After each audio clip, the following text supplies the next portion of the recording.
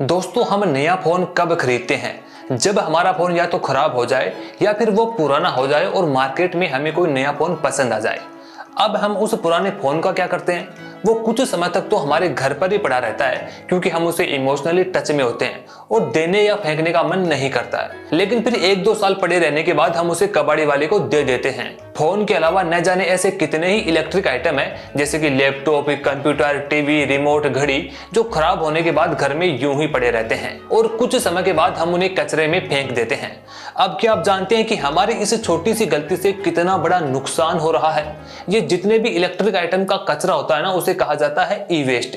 अगर हम इस ई वेस्ट को सही प्रकार से डिस्पोज नहीं करते हैं तो इससे हमारे पर्यावरण को बहुत ही नुकसान पहुंचता है। यूएन की एक रिपोर्ट के अनुसार हर साल करीब 5.5 करोड़ टन से ज्यादा ई वेस्ट फेंका जा रहा है। अब ये इतना होता है कि चीन की विशाल दीवार में जितना वजन है ना, ये उससे भी कहीं ज्यादा है। इसको ऐसे समझ लो कि हर सेकंड में 800 लैपटॉप फेंके जा रहे हैं और 2030 तक ये आंकड़ा बढ़कर लगभग 8 करोड़ मीट्रिक टन पर पहुंच जाएगा। वहीं केवल मोबाइल फोन्स की बात करें तो दुनिया भर में 1600 करोड़ से ज्यादा मोबाइल फोन इस्तेमाल किए जा रहे हैं, जिनमें से करीब 1/3 यानी कि 530 करोड़ फोन इलेक्ट्रिक कचरे में तब्दील हो चुके हैं। अब ये इतना होता है कि अगर इन्हें फेंके गए सभी मोबाइल फोन को एक के ऊपर एक रख दिया जाए ना, तो उनकी कुल लंबाई करीब 50,000 किलोमीटर की होती है, जो कि हमें इंटरनेशनल स्पेस स्टेशन से करीब 120 गुना ऊपर ले जाती है। अब हमारे देश की बात करें तो 2021 में हमने 50 लाख टन ई कचरा पैदा किया है। हमसे ऊपर केवल चीन और अमेरिका ही है, यानी ई वेस्ट पैदा करने में हमारा देश दुनिया में तीसरे नंबर पर आता है और भारत के लिए ये प्रॉब्लम बहुत ही बड़ी है। दरअसल जब भी इलेक्ट्रिक आइटम्स को हम कबाड़ी वाले या रद्दी वाले को देते हैं तो वो इन्हें तोड़ करके कुछ जरूरी सामान तो निकाल लेते हैं, लेकिन बाकी के सामान को वो यूं ही फेंक देते हैं, जिनमें mercury, lead, glass, zinc, chromium और टंगस्टन जैसे कई और हानिकारक एलिमेंट्स निकलते हैं। अब क्या आप जानते हैं कि इन हानिकारक एलिमेंट से हमारे पर्यावरण पर कितना इम्पैक्ट पड़ रहा है? चलिए आपको दिखाते हैं। सबसे पहला प्रभाव तो मिट्टी की क्वालिटी पर पड़ता है। ये हानिकारक मेटल्स मिट्टी से सीधे ग्राउंड वाटर में मिक्स हो जाते हैं। वहीं जब उस मिट्टी में से हम फसलें उगाते हैं तो वो जो अनाज पैदा होता है वो भी इससे इफेक्टेड होता है। दूसरा प्रभाव एयर की क्वालिटी पर पड़ता है। काफी बार इलेक्ट्रिक कचरे को इनफॉर्मल तरीके से पिघला करके नष्ट किया जाता है, यानी इसको जला दिया जाता है और जलाने से कई बारीक डस्ट पार्टिकल निकला करते हैं जो एनवायरनमेंट के कई किलोमीटर दूर तक फैल जाते हैं। तो इससे वायु प्रदूषण बहुत ही ज्यादा बढ़ जाता है। आमतौर पर इससे लोगों को एलर्जी से जुड़ी हुई समस्या और सांस लेने में तकलीफ होने लगती है और आप देख भी रहे होंगे कि पिछले 5 से 10 सालों में एलर्जी से जुड़ी हुई समस्याएं काफी ज्यादा बढ़ चुकी हैं। WHO के अनुसार साल 2019 में भारत में 17 लाख लोगों की जान केवल और केवल एयर पोल्यूशन की वजह से गई है। तो आप समझ सकते हैं कि एयर पोल्यूशन इससे कितना ज्यादा बढ़ रहा है। तीसरा इफेक्ट पानी पर पड़ता है। दरअसल ई वेस्ट से पारा, लिथियम, लेड, बेरियम जैसे कई हेवी मेटल्स निकलते हैं जो हमारे ग्राउंड वाटर तक पहुंच रहे हैं और ग्राउंड वाटर से ये मेटल नदियों में, तालाबों में और नालों में मिक्स हो जाते हैं, जो कि हमारे लिए तो खतरनाक है ही, साथ ही जानवरों के लिए और पेड़ पौधों के लिए भी बहुत ही खतरनाक है। यानी आने वाले समय में हमें पीने का साफ पानी मिलना भी मुश्किल हो सकता है। यानी कुल मिलाकर के देखा जाए तो जब हम श्वास ले रहे हैं या पानी पी रहे हैं या अनाज खा रहे हैं तो ये मेटल्स किसी न किसी प्रकार से हमारे शरीर में जा रहे हैं। तो इससे लीवर और किडनी से जुड़ी कई गंभीर समस्याएं पैदा हो रही हैं। यहाँ तक कि इससे कैंसर और लकवा जैसी गंभीर बीमारियां भी पैदा हो रही है। तो दोस्तों, जिस ई वेस्ट से पर्यावरण को और इंसानों को इतना नुकसान हो रहा है, अगर एक सही कदम उठा लिया जाए तो इससे हमारे देश को बहुत बड़ी ताकत भी मिल सकती है। तो चलिए जानते हैं कि इलेक्ट्रिक वेस्ट का फायदा कैसे उठाया जा सकता है। दोस्तों, अगर ई वेस्ट को सही तरीके से काम में लें तो ये इकोनॉमी पर बहुत ही अच्छा प्रभाव डाल सकता है। देखिए, इसके लिए 3 R पर काम करना होता है, मतलब रिड्यूस, रीयूज और रिसाइकल। अब इसको समझने से पहले हमें ई वेस्ट को समझना होगा। देखिए, ई वेस्ट में ना मुख्य रूप से 3 कंपोनेंट होते हैं।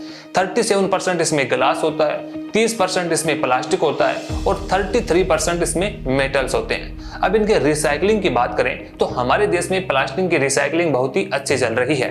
वहीं ग्लास की बात करें तो उसकी भी रिसाइकलिंग अच्छे लेवल पर हो रही है। अब बात आती है मेटल्स की। तो देखिए मेटल्स में भी सबसे ज्यादा तो आयरन होता है जो 52% होता है। 18% के आसपास इसमें कॉपर पाया जाता है, वहीं 12% इसमें लगभग एल्यूमिनियम होता है और बाकी बचे हुए मेटल में जैसे कि गोल्ड हुआ, सिल्वर हुआ, निकल, कोबाल्ट ये होते हैं। तो अगर इस ई वेस्ट में से अलग अलग प्रोसेसर के जरिए इन मेटल्स को अलग निकाल लिया जाए तो किसी भी देश के लिए यह सर्कुलर इकोनॉमी की बहुत बड़ी ताकत बन सकती है।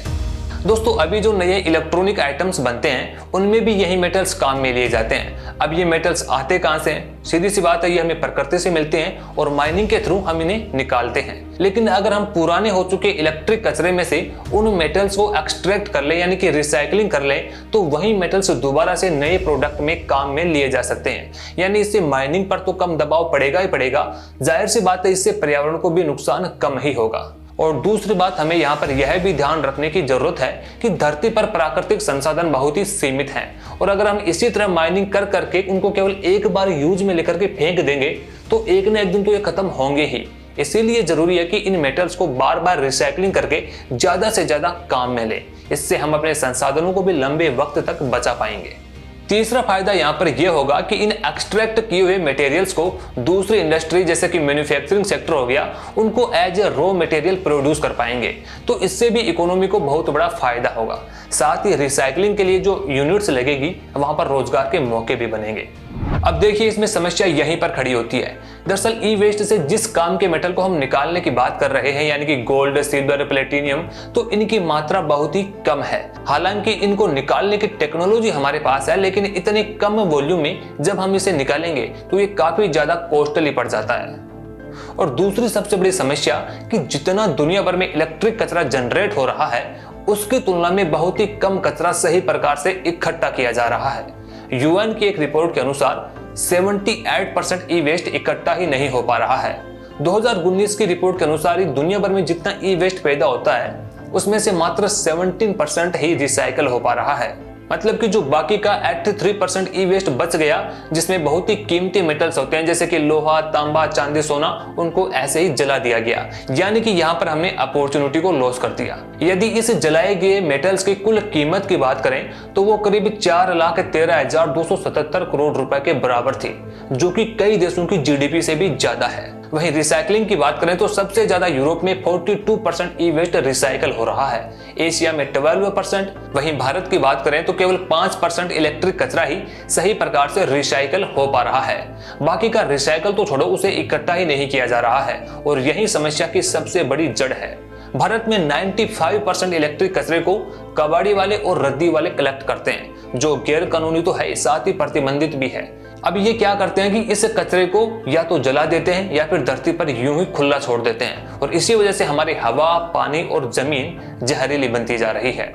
देश में अभी लगभग 215 से ज्यादा ऑथोराइज्ड ई रिसाइकलिंग सेंटर है। हालांकि भारत ने 2011 में ही इलेक्ट्रिक कचरे से निपटने के लिए नीति बना दी थी। इसके बाद 2016 और 2018 में इसमें और भी इंप्रूवमेंट किए गए, लेकिन जमीनी लेवल पर देखें तो अभी तक इसकी स्थिति बहुत ही निराशाजनक रही है। अब इसी बीच भारत में एक और बड़ी समस्या आन पड़ी है। दरअसल भारत में इलीगल रूप से कई देश यहाँ पर अपना इलेक्ट्रिक कचरा छोड़कर जा रहे हैं। सरकार ने लगभग ऐसे 29 मामले पकड़े हैं। दरअसल दोस्तों ये विकसित देश इलेक्ट्रिक कचरा तो सबसे ज्यादा जनरेट करते हैं, लेकिन अपने कचरे को ठिकाने लगाते हैं गरीब और विकासशील देशों में। अमेरिका को ही देख लीजिए। अमेरिका अपने इलेक्ट्रिक सामान जैसे कि कंप्यूटर हुआ, लैपटॉप हुआ, उनकी रिपेयरिंग और रिसाइकल करके एकदम नई शक्ल करके इनको बहुत ही कम दामों में विकासशील देशों को बेच देता है। और ये पता लगाना बहुत ही मुश्किल है कि कौन सा नया प्रोडक्ट है और कौन सा प्रोडक्ट रिसाइकलिंग होकर के आया है। ऐसे ही चाइना को देख लीजिए। भले ही वो इलेक्ट्रिक कचरा पैदा करने में हमसे भी ऊपर हो, लेकिन वो रिसाइकलिंग में भी काफी मजबूत स्थिति में है।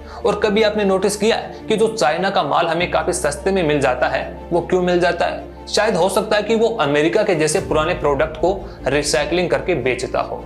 अमेरिका ही नहीं बल्कि जो विकसित यूरोपीय कंट्रीज हैं वो भी उस इलेक्ट्रिक कचरे से पर्यावरण पर होने वाले नुकसान से बचने के लिए गरीब देशों जैसे कि नाइजीरिया, घाना और अफ्रीका जैसी जगहों पर इलीगल तरीके से कचरे को ठिकाने लगा देते हैं। तो अब सवाल यह है कि इस ई वेस्ट को कम कैसे किया जा सकता है। देखिए दोस्तों, जैसे जैसे दुनिया में पॉपुलेशन बढ़ रही है वैसे ही इलेक्ट्रिक आइटम भी बढ़ते ही जाएंगे और किसी भी देश की इकोनॉमी इससे ही ग्रो होती है, तो इसको रोकना तो संभव नहीं है। लेकिन कुछ तरीके हैं जिससे ई वेस्ट को बढ़ने से रोका जा सकता है। पहली चीज तो ये कि अभी हम जो नए फोन खरीदते हैं तो हमें हर फोन के साथ अलग अलग चार्जिंग डिवाइस और केबल मिलते हैं, तो इससे भी काफी ज्यादा ई वेस्ट पैदा हो रहा है, क्योंकि किसी इलेक्ट्रिक आइटम में USB 2 टाइप लगती है, तो किसी में C पोर्ट लगता है, तो किसी में कुछ और। लेकिन अब कई देश इस पर फोकस कर रहे हैं कि एक यूनिवर्सल चार्जर लाया जाए। यूरोपीय यूनियन ने तो ये नियम भी बना दिया है कि 2024 तक सभी कंपनियों को फोन में USB-C पोर्ट को देना होगा, जिसमें एप्पल का आईफोन भी शामिल है, जो फिलहाल में अपने खुद के चार्जर और खुद की केबल का इस्तेमाल करता है। तो भारत भी इस पर विचार कर रहा है कि एक यूनिवर्सल चार्जर का नियम बनाया जाए। इससे भी काफी हद तक हम इलेक्ट्रिक कचरे को जनरेट करने से रोक सकते हैं। दूसरी चीज यह है कि आज के समय में जब कोई मल्टीनेशनल कंपनी अपना कोई नया प्रोडक्ट लॉन्च करती है तो वो उसकी इतनी जबरदस्त प्रकार से मार्केटिंग करती है कि जिस आदमी के पास अपना खुद का बढ़िया कंडीशन वाला स्मार्टफोन है तो वो भी उस मार्केटिंग की वजह से उस नए फोन की ओर अट्रैक्ट होने लगता है। तो ऐसे में एक पर्सन के पास एक से अधिक स्मार्टफोन हो जाते हैं, तो इस पर भी फोकस करना चाहिए कि एक पर्सन के पास केवल एक स्मार्टफोन हो। अक्सर देखा जाता है कि एक आदमी के पास 2 या 3 फोन होते हैं। इसके अलावा एक मोबाइल फोन को नॉर्मली 2 साल तक इस्तेमाल किया जा सकता है, उसके बाद उसमें खराबी आने लगती है, तो लोग उसको रिपेयर करने के बजाय नया खरीद लेते हैं। लेकिन कई ऐसे ऑर्गेनाइजेशन हैं जो उसको फेंकने की जगह उसे रिसाइकलिंग करने में मदद करती हैं और इन रिसाइकलिंग किए हुए आइटम्स को गरीब देशों में पहुंचाया जाता है। इसके अलावा जिन कंपनियों से आप सामान खरीदते हैं वो कंपनियां भी अपने प्रोडक्ट को वापस करने का मौका देती हैं, और इसका पता आप उनकी वेबसाइट पर जाकर कर सकते हैं। इसके अलावा सेंट्रल पोल्यूशन कंट्रोल बोर्ड की वेबसाइट पर जाकर भी आप हर राज्य के सेंटर्स की लिस्ट देख सकते हैं जो इलेक्ट्रिक कचरे को सुरक्षित तरीके से डिस्पोज करती हैं।